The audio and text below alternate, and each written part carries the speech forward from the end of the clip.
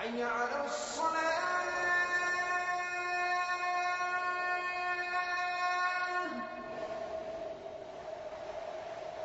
حي على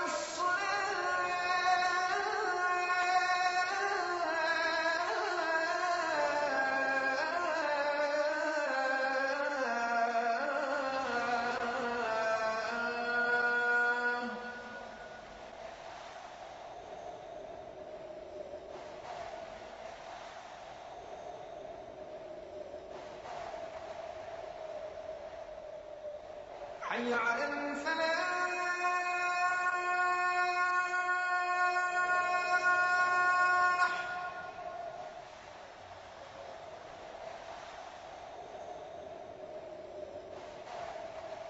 حي على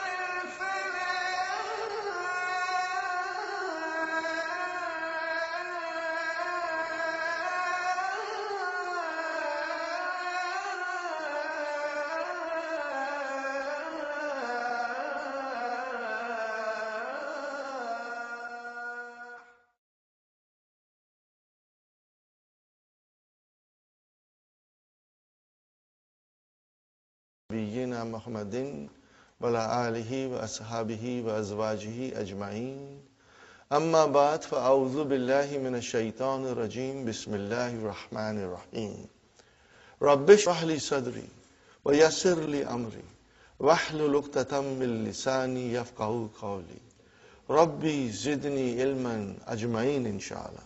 May Allah subhanahu wa ta'ala increase in all of us knowledge. Assalamu alaikum wa rahmatullahi wa barakatuh. Brothers and sisters, on behalf of Talimul Islam and on behalf of Institute of the Language of the Quran, we welcome you to this new Arabic course. Inshallah, this course will benefit you a lot. It will enable you to understand Quran 85% directly, inshallah. And inshallah, your experience in this class will be most enjoyable and very fruitful. From the outset, I must tell you that I'm not a scholar. I do not have any university degrees. All I have is my experience. I went to various places, various countries, and I met so many teachers who are very kind, and they taught me many things in Arabic which made me understand Quran directly. And inshallah, I'm going to share all these things with you so that you will be able to understand Quran when it is recited. When you pray, you know what you are praying. And when you hear tilawat, inshallah, it will touch your heart because you will understand what's going on. We start with our handbook, brothers and sisters. How many letters of alphabet? Most of us, we were taught that there are 28, but there are 29. Alif is the letter of alphabet, but it is not consonant. It does not have a speech sound.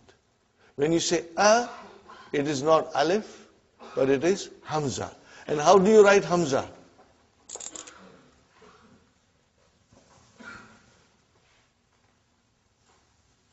Are you with me? This is hamza, brother. Then what is this alif doing here? It is Hamza's chair. Hamza is very delicate. She needs a chair. Okay? So here is alif is the chair for Hamza. Sometimes waw will become a chair for Hamza. And sometimes ya will become a chair for Hamza. So Hamza has different chairs depending on what is in front of her. And sometimes Hamza feels strong and she doesn't need any chair. So there are many rules, spelling rules for writing Hamza that slowly we will learn. You do not have to worry, brother. And I must tell you something, that if you do not understand everything today, brothers and sisters, don't worry. Because tomorrow when you come to class, inshallah, you will understand better. And third day, your understanding will be very strong. And after 1 week, you will say to yourself, I knew this all from my childhood. Okay? Inshallah, you'll get stronger and stronger. So, brothers and sisters, we have to remember, okay, alif is used for elongation. How many, okay, now in the handout, the next thing is, in English language, there are 8 parts of speech. We know that, and they have been given here. Noun, pronoun, verb, adjective, adverb, preposition, conjunction, and interjection. These are the 8 parts of speech. How many parts of speech in Arabic? 3. Noun, verb, and particles. Harf. Okay? So, brothers and sisters, how come there are 8 in English and 3 in Arabic? But the noun in Arabic also includes pronoun, adjective, adverb, and interjection. They are all covered in this category of noun. So we have to remember. So in fact, they are same as in English, but we do not have 8, but instead of 3. Okay? When we say pronoun, there is a word for pronoun in Arabic, which is damir, but it still comes under the category of noun. This is just a general idea, brother. You will, inshallah, as we go along, you will notice that, inshallah. The next thing is, brother, the letters of alphabet. Okay, brother and sister, and as we said, there are 29 letters of alphabet, out of which 28 are consonants, and alif has no speech sound. When you say a, it is the sound of hamza. Now, how many vowel signs, brother, in Arabic language? Only 3. Dhamma, fatha, and kasra. Are you with me, brother? Dhamma, fatha, and kasra. Now remember, these are short vowels. Okay, they are short vowels. So if I say to you, if I write like this, what will you say? Bu, short, bu. If I write like this, what will you say? Ba, short vowel. And if I say this, then it is bi, short. Now in order to do elongation, I put here alif. Now you see, the job of alif is to elongate. Now this is ba. And then I put vav here, and it is bu. And if I put ya here, it is bi. Are you with me? Now, there are there are 3 vowel signs. Dhamma, Fatha and Kasra only.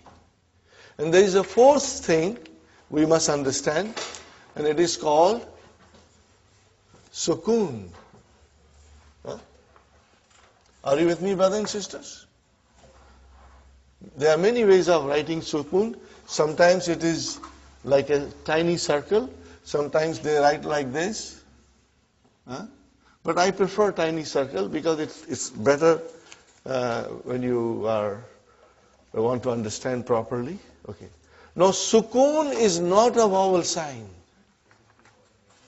Sukoon is not a vowel sign. What is Sukoon then? Sukoon tells me that there is no vowel sign on the Arabic letter.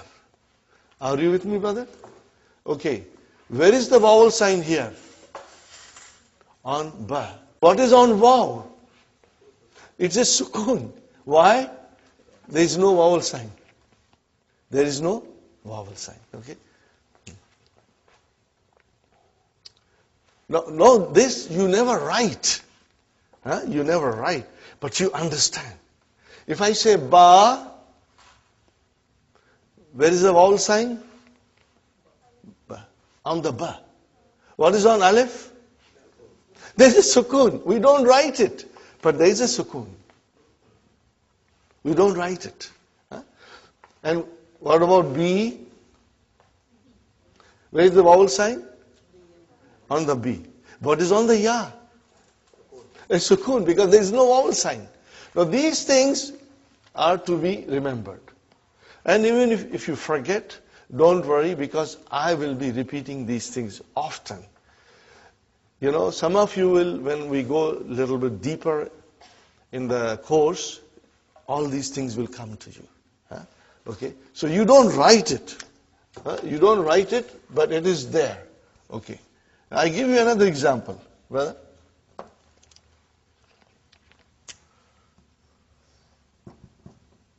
What is this, brother?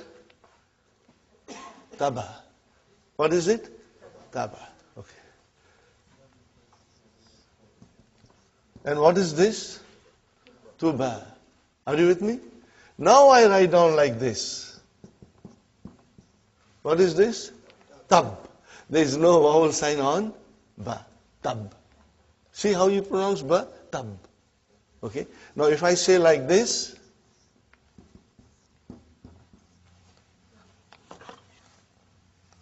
what is now, brothers and sisters? Tub. Tub. Here it was tuba, and here it is tub. So there is a sukoon on ba. If I write like this, brother,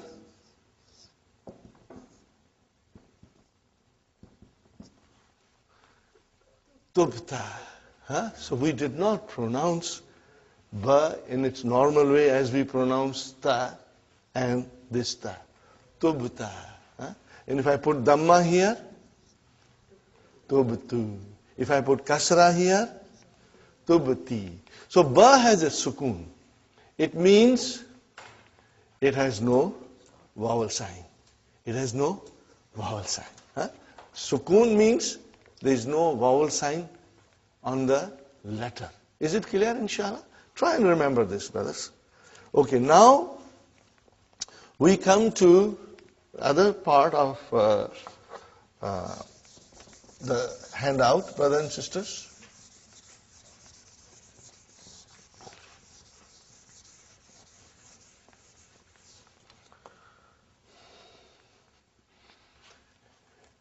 The noun is either definite or indefinite. Sahih, brothers and sisters?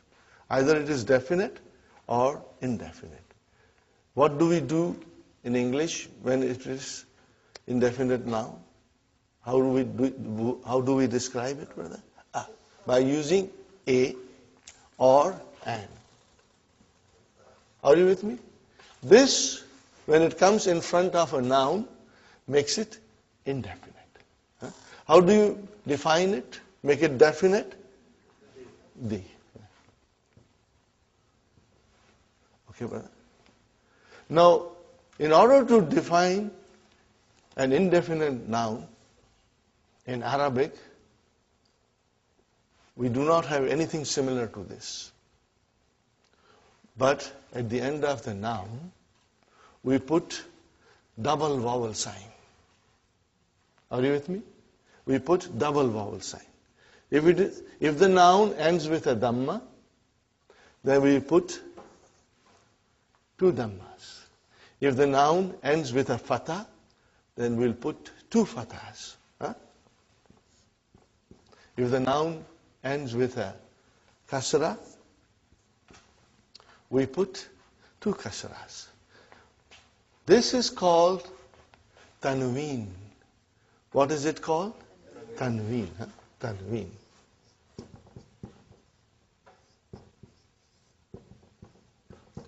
Tanween tells us that the noun is indefinite.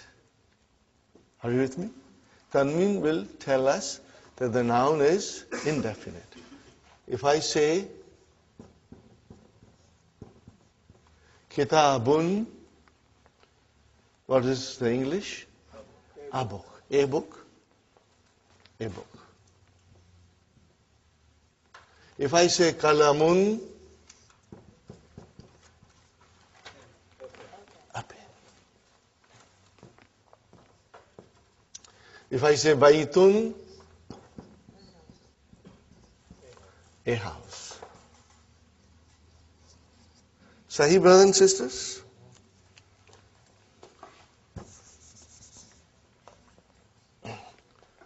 And then, how do I make it definite? So, definite,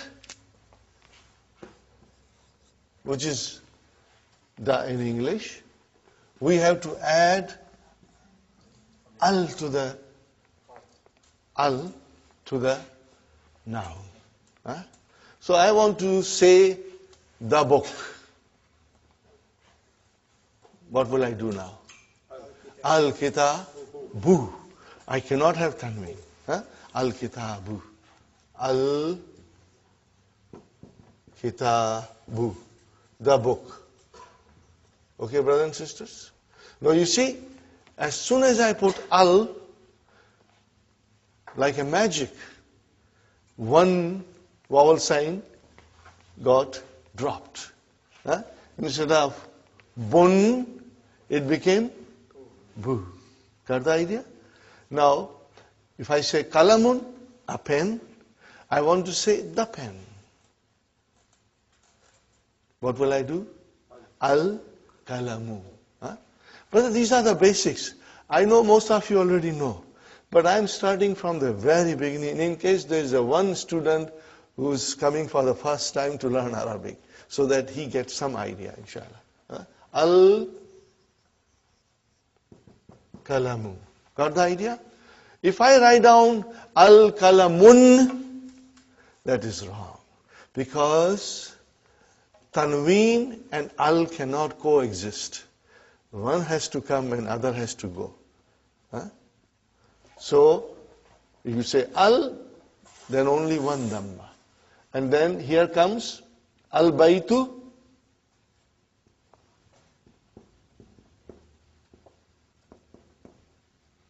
Okay, instead of baytun, it became al-baytu, means the house.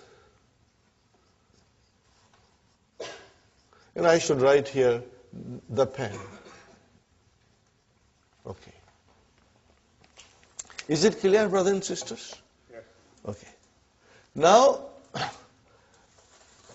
we come to something which is always sometimes confusing to the students, but I will explain you, and I'll keep on explaining you in every session.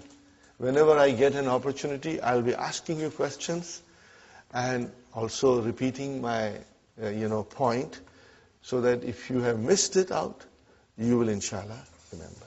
Brother, I said baytun, it is indefinite. How about if I write down Muhammadun?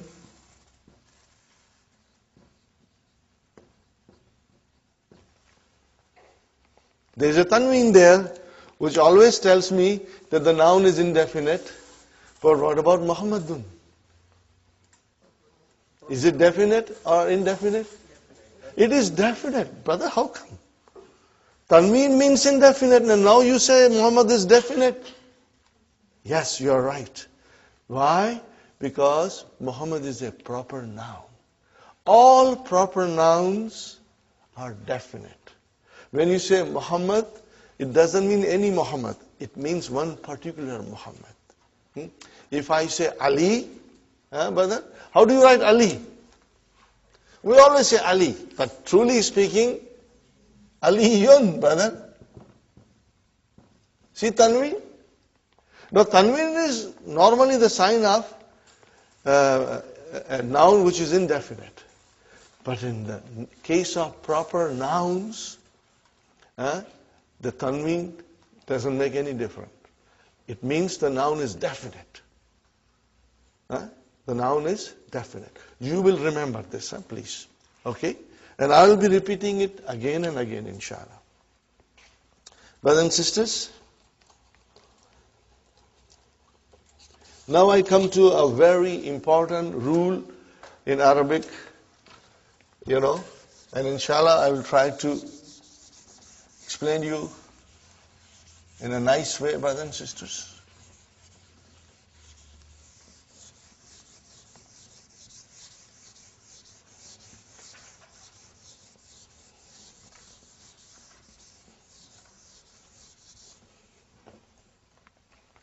The beauty of Dr. Abdul Rahim's book, brother and sister, as I said, I admire it and I always mention it, and soon you will also feel the way I feel it, Every lesson is designed in a way to teach us something.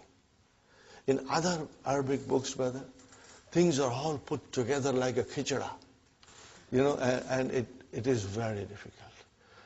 On the first or second or third page of any other Arabic book, you will have verbs coming in present tense and past tense, and long verbs, So everything is brought together, and it is extremely confusing. It's not confusing to the person who already knows Arabic, but it is confusing for us. Okay. So what Dr. Abdul Rahim has done, that in his first book, his emphasis is on only noun. We are learning nouns in the first book. There are only 4 verbs. 1, 2, 3, 4. 4 verbs mentioned in book 1. Okay. Then when we go in book 2, brother, and then the verbs will come. And Dr. Abdul Rahim's method is this, that he teaches you one thing properly. Okay. But then when the verbs will come, they will come in wholesale. You'll have verbs coming from everywhere, But by that time, we'll be prepared.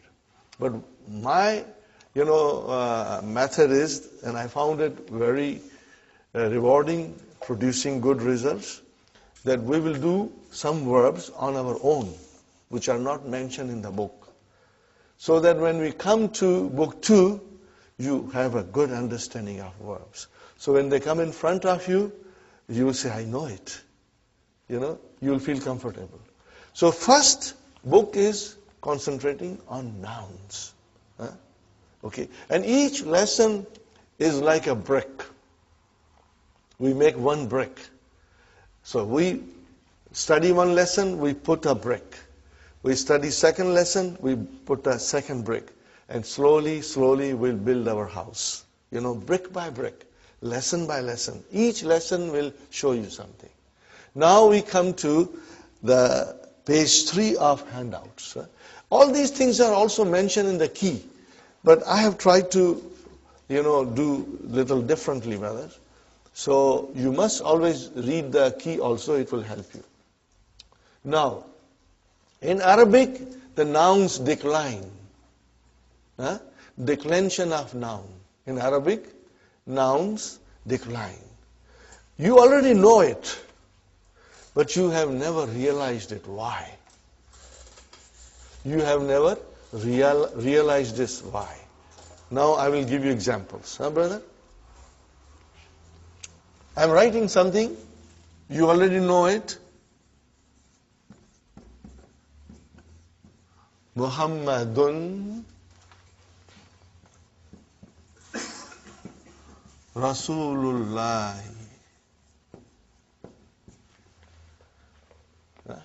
What is the English, brother? Muhammad is the messenger of Allah. Very good, brother. Then I say to you,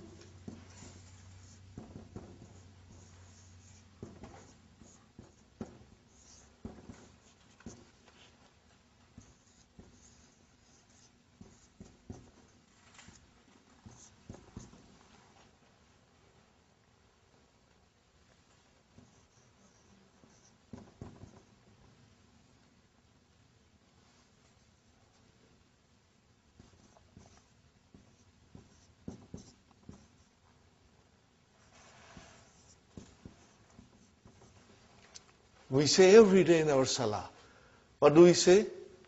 Ashhadu anna Muhammadan.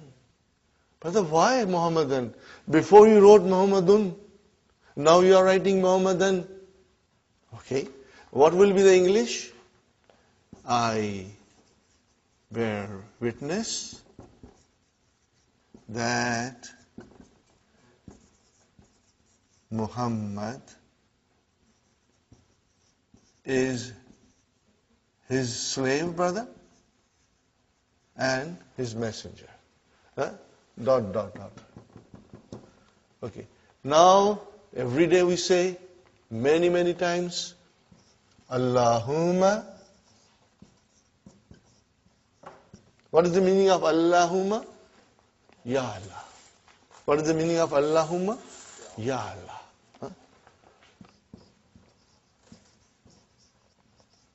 Allahumma salli. We say every day, Allahumma salli ala Muhammadin.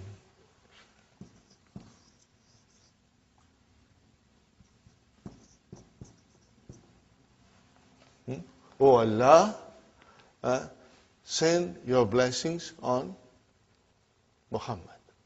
Are you with me, brother? Ya Allah,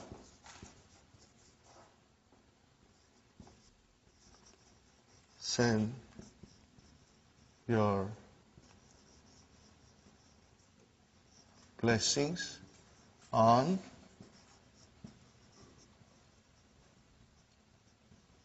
Muhammad. Are you with me, brothers and sisters? Do you see any change in English where we wrote down Muhammad? We did not change anything in English. But what about in Arabic, brother? What's going on here? Sometimes you are saying dun, sometimes you are saying dan, sometimes you are saying din. What's going on? This is what we are going to learn and understand. What is the rule, brothers and sisters? That Arabic nouns decline. They have 3 different endings. They can end with a tanween dhamma or with one dhamma if there is al there. It can decline to tanween fatah, or if you have al, then it is one fatah, or it can decline to tanween kasra, or with alif and lam, with al, one kasra. Okay, brothers and sisters? So what is this, brother? Only the ending. Dun. What is it? Dun. And what is this? Dan. And what is this? Then. Say it again loudly. Dun. Dan. Then. These are the 3 declensions. Okay? Every Arabic noun will decline. Sometimes you will see it, and sometimes you won't see it, but we are going to learn everything. In the initial stage, we will see the vowel signs in the books, but later on, we may not. I give you one more example, brother. Now I'm going to remove this. And why it happens, brothers and sisters? This is what we are going to learn. And this is what you will be watching in the Quran. You will be looking. When you are reading, you will notice this. You will observe this, brother. And then it will tell us this last vowel sign in the noun will tell you the function of that noun in a sentence. What is that noun doing in a sentence? Is it coming as a subject? Is it coming as a subject of a verb? Is it coming as an object? Is it coming after a preposition? It will tell you. In its natural course, in its natural form, all the nouns are always end with a dhamma. All the time. They change when something happens in the sentence. When they perform a different function in the sentence, then they change, brother. Give you one more example. You know all these things, but you never knew why. And this course is going to teach you, brothers and sisters. Okay. I will write down here. What did I write down, brother? Allahu. Is it definite or indefinite? It is definite because Al is there. No tanween. Because Al is there, no tanween. What do you see at the end? Dhamma. Dhamma you see, okay? Allahu Ghafurun Rahimun. Sahi? Okay? See, Ghafurun, indefinite. Rahimun, okay? Fine. Then I write here,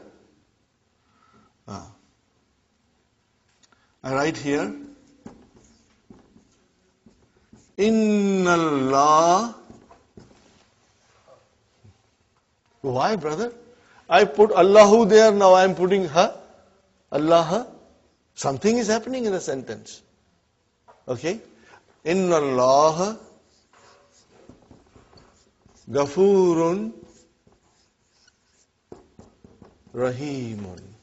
Got the idea, brothers and sisters? Inna Allah Ghafurun Rahimun. Correct? Now what is at the end of Allah? Fatah. Why it is single? Because it is definite. Sahi? Now we say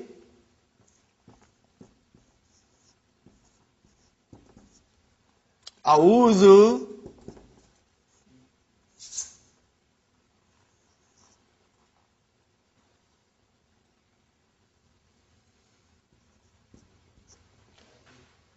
What did I write down? A'udhu.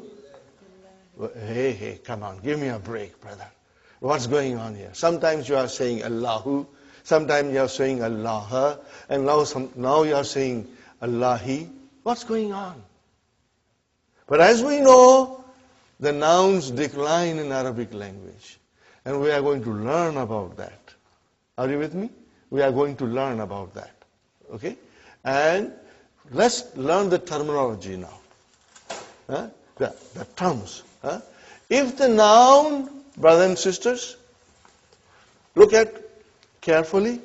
If the noun ends with a dhamma, be it a tanween or one, it should end with a dhamma. Be it a tanween or a single dhamma. It is called marfu.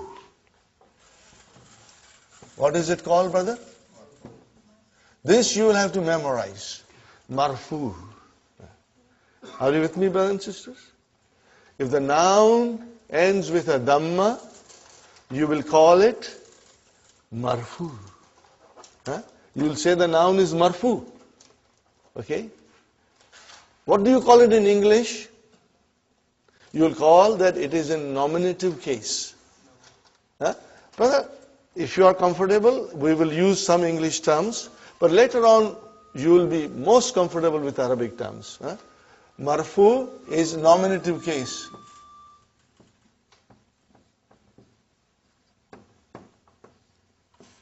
Okay. Now if the noun ends with a fatha, be it a tanween or be it a one single fatha at the end of a noun, then we say it is mansoob. What is it, brother? It is mansoob. What do we call it in English? Either you call it objective case or accusative case. It's mentioned there. Objective case or accusative case. Are you with me, brothers and sisters? But we will memorize these terms that I'm writing. Now if the noun ends with a kasra, be it a tanween or one, we will say the noun is majroor. Not majboor, majroor. Okay? Majroor, majroorun. Are you with me? And in English it is called genitive case. I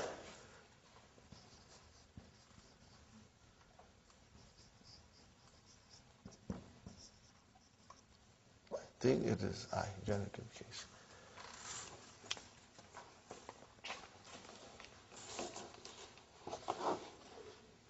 Yes, the genitive case. And accusative case, maybe I should write down accusative case also. Mansoob is accusative case.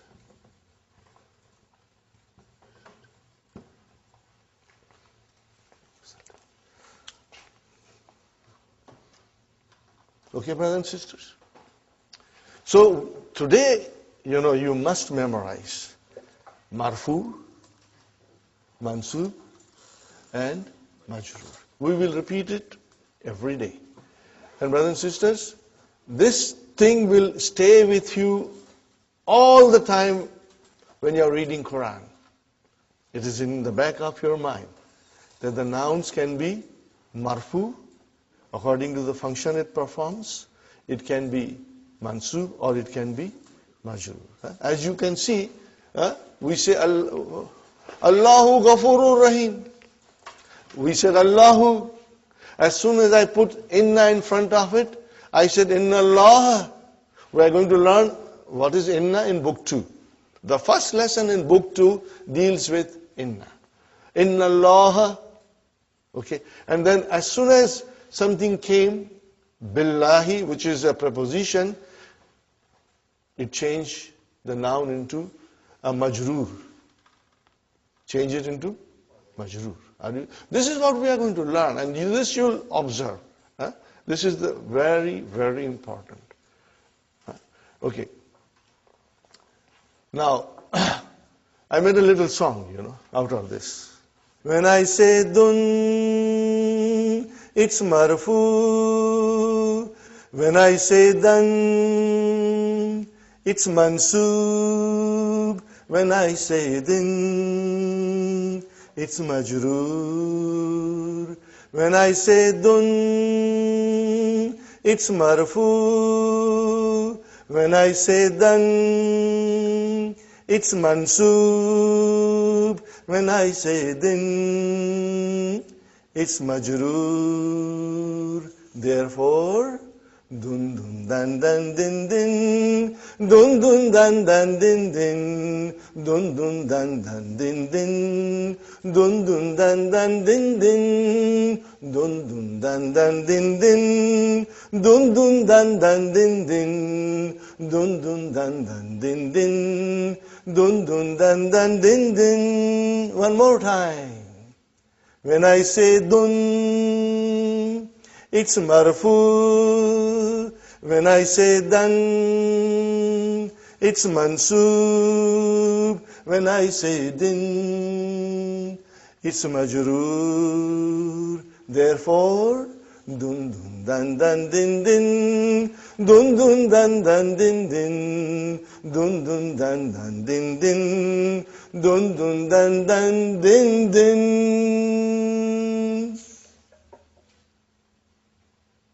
it, brother? Jazakallah.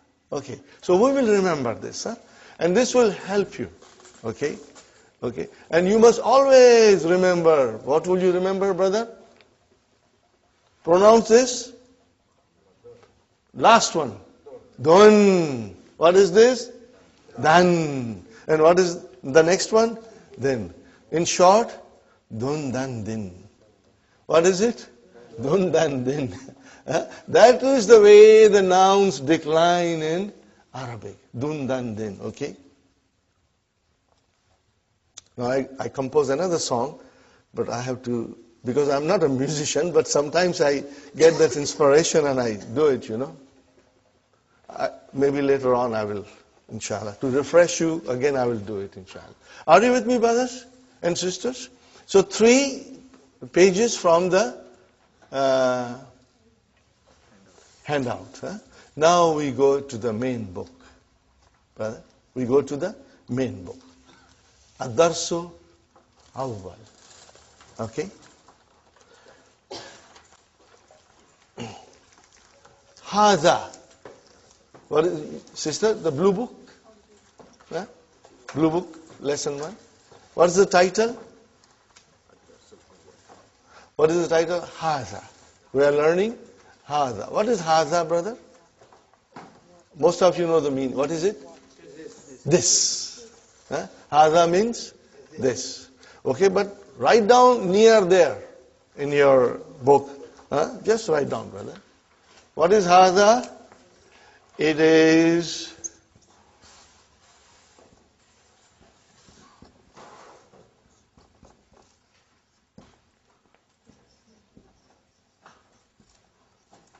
what is it, brother? This is a pronoun. And pronoun is a noun. In Arabic, pronoun is also a noun. Okay, so it's a pronoun. Just remember it, brother. And if you forget, Sister Fatima, if you forget, it's normal. You should not be too concerned. Because we will be repeating it so many times in the class that it's going to come out of your both ears. Okay? So it is demonstrative noun. What do you call it in Arabic? Ismu ishara. Huh? Those who are familiar with Urdu, they will find the course very easy. Huh? Huh? Brother? Ismul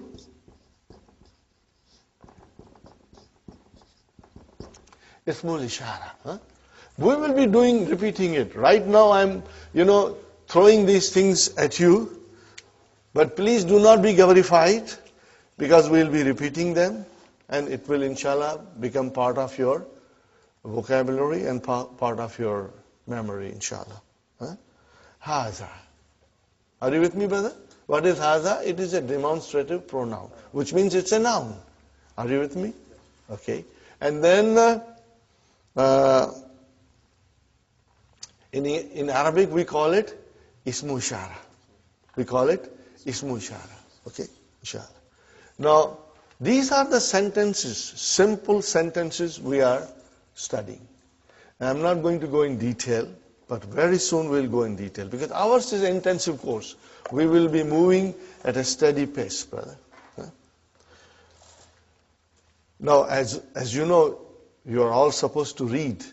Huh? You must know how to read, and you will be writing all these things in your book. And the more you read and write, you will become stronger, brother.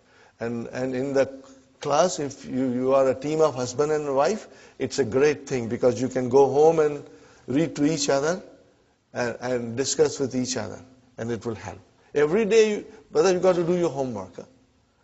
This is just like coming to a college or a university program where you go in the morning to the university, go home and study, come back and learn more. So our course is like that. If you will work hard, you will succeed. If you won't, then it will be a problem. Okay. What is the first? Hadha baytun. What is it? Hadha baytun. Now, normally, when you speak, you do not say baytun, you say hadha bayt. Just like in Quran, when you stop, you give a sukoon. But for our course, we will repeat dun, dan, din, we will repeat, because we want to understand properly.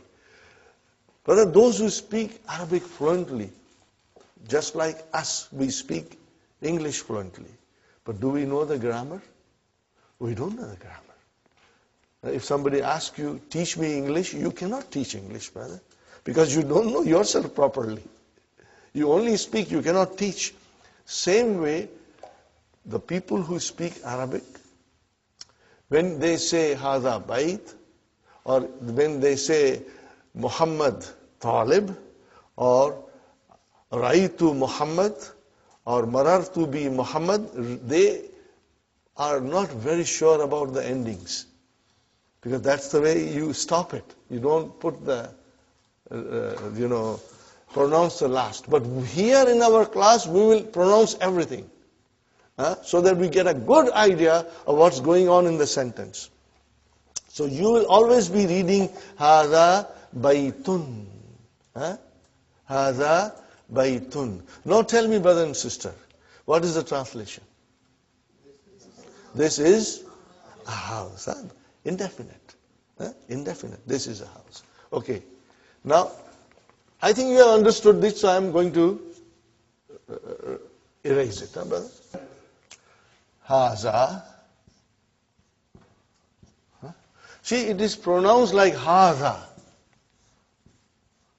But this alif is not written. It is explained in the key also. So it is Haza. Okay. Haza means this.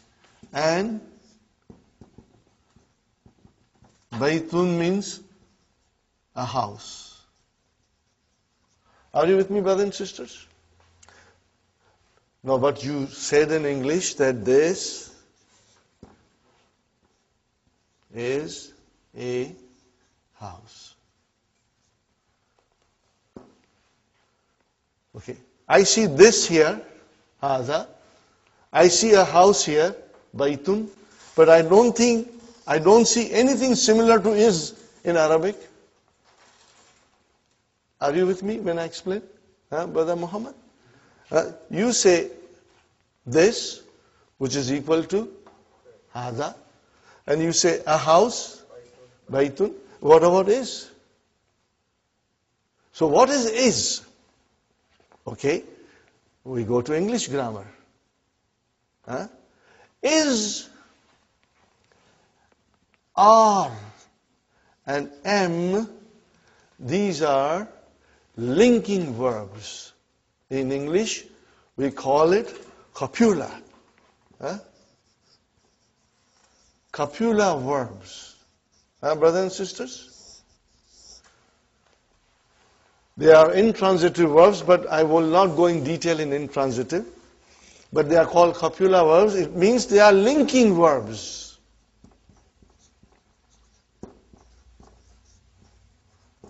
They link one noun with another noun.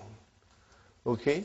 Or it links the subject with the other noun. Okay? They are called linking word in English. They do not exist in Arabic language. They are not there. There is no need. Okay? When you say Hadha kalamun, we only said two words. This, a pen, but you will translate, this is a pen. But in Arabic, what will you say?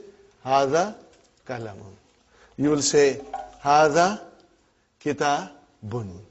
There is no is or am or are in Arabic. So you have to keep that in mind. And what are they called in is, are, am are called in English grammar? Copula verbs. Yes, brother.